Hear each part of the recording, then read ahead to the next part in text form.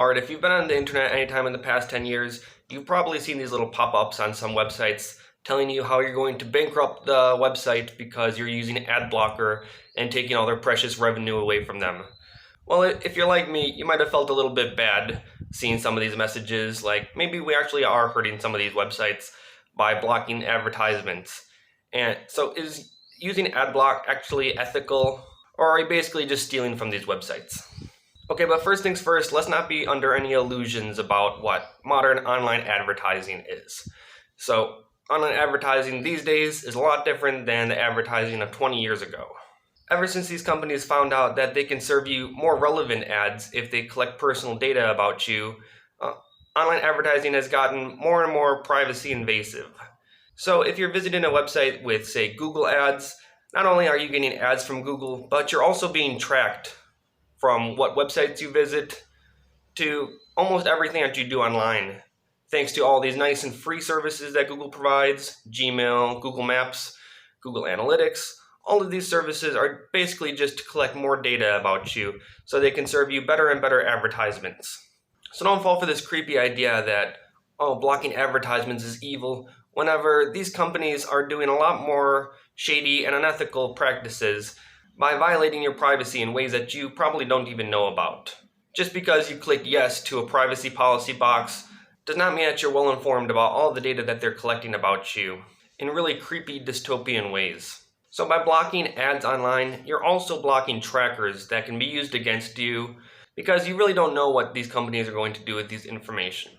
So Google has recently come under fire for partnering with healthcare companies in giving away your personal information to them. Maybe you have a pre-existing condition and it's going to make it harder for you to get something like insurance or something like that later on just because of some websites you visited and some data that Google collected about you. And of course, all of this just so you can get more relevant ads. Isn't that nice of them? Now you can see something marginally of more interest to you. That's really thoughtful of them. And of course, it's not just Google doing this, it's Facebook and tons of other smaller websites, because they can also sell your data to different companies and they can cross-reference your data across many different items and build a really conclusive profile of you without you having any idea of it, all behind the scenes. So this is just one way in that modern online advertising hurts you. And so let's not believe that advertising online is completely amoral and that you're just a bad person by not allowing them to make any money.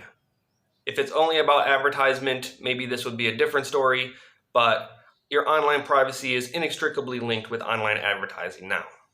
Again, on the point of online advertising not being amoral, whatever it once was, modern advertising has gotten more and more manipulative. So maybe in a utopian perfect world, advertising would just be about just announcing your product to people so they can make the best, most informed decision about what's the best product available on market. That's a very utopian way of looking at advertisement. But let's face it, modern advertising is much more manipulative and persuasive.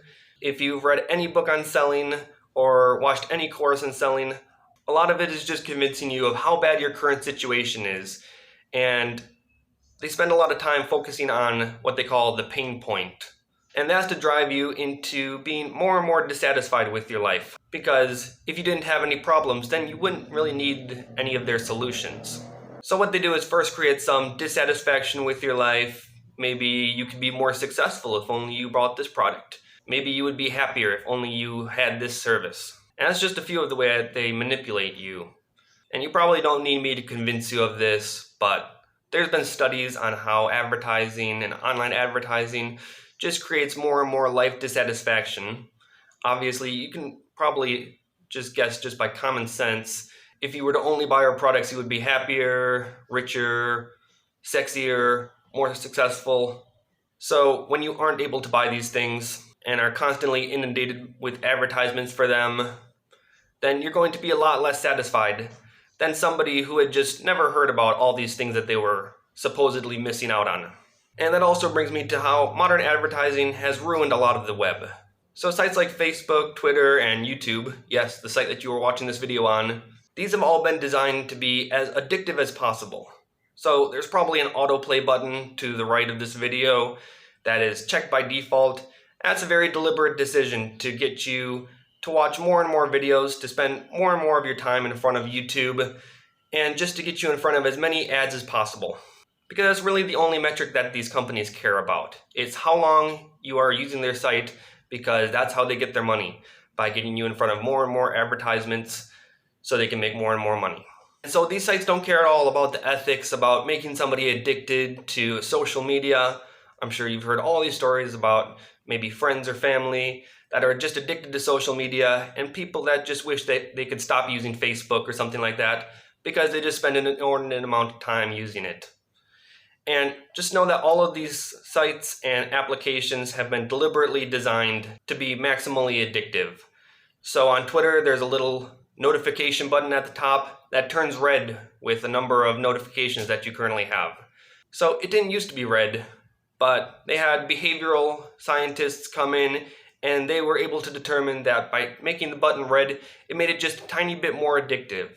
You know how whenever you're on an application and you pull down to refresh the page, that's kind of like a slot machine, and it primes your brain to expect a reward whenever you pull down, and so it makes it more addicting.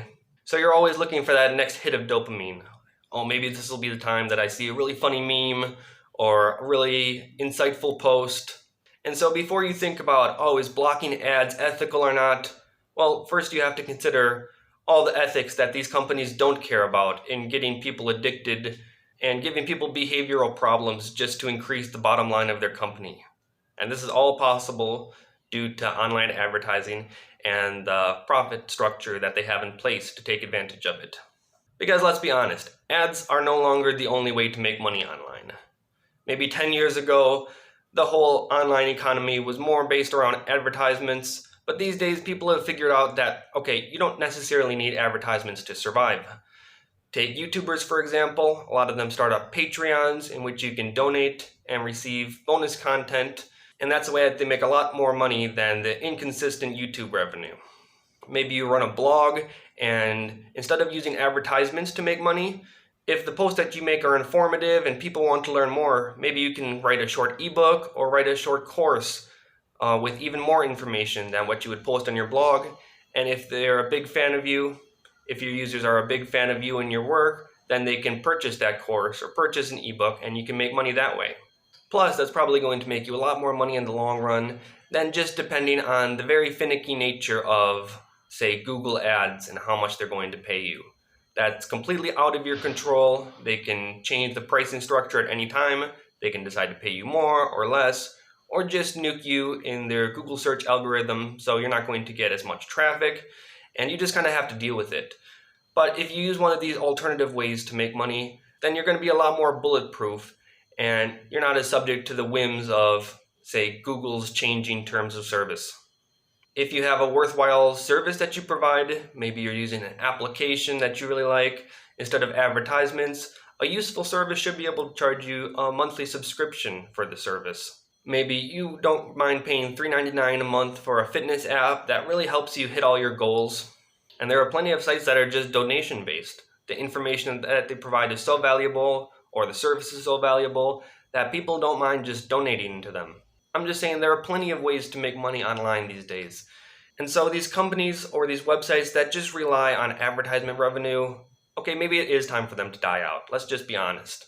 So even websites like New York Times and these big news conglomerates are even trying the monthly subscription model, and maybe it'll work out for them. I honestly hope it does, because advertisements don't have as much future as they used to. People are kind of waking up to the fact that these advertising companies are just using their personal data to take advantage of them. People are more aware of what companies like Facebook and Google are doing way more than 5 years ago.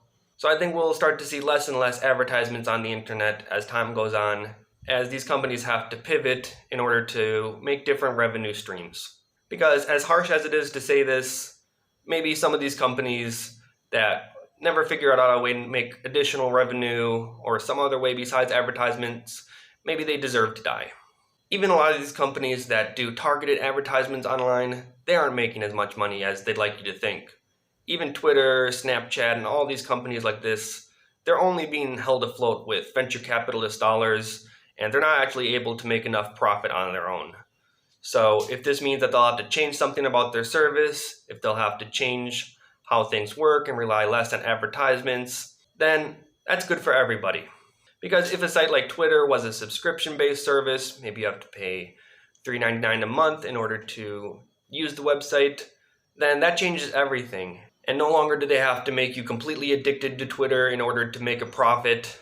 And maybe these social networks can actually make a profit by delivering a net good to society instead of the opposite.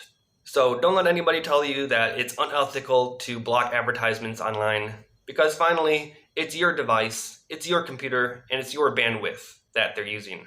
So if you object to downloading a bunch of content into your computer that you don't want and you didn't ask for, then you're totally within your rights to do so. Because at the end of the day, it is your computer and you decide what you want on it and what you don't. So that's why I think blocking advertisements is not unethical at all. And honestly, it's kind of a protest against an online system that's designed to work against you, in my opinion. So don't fall for this creepy idea that blocking advertisements is bad. You have the right to privacy, and none of these companies can really tell you what to do.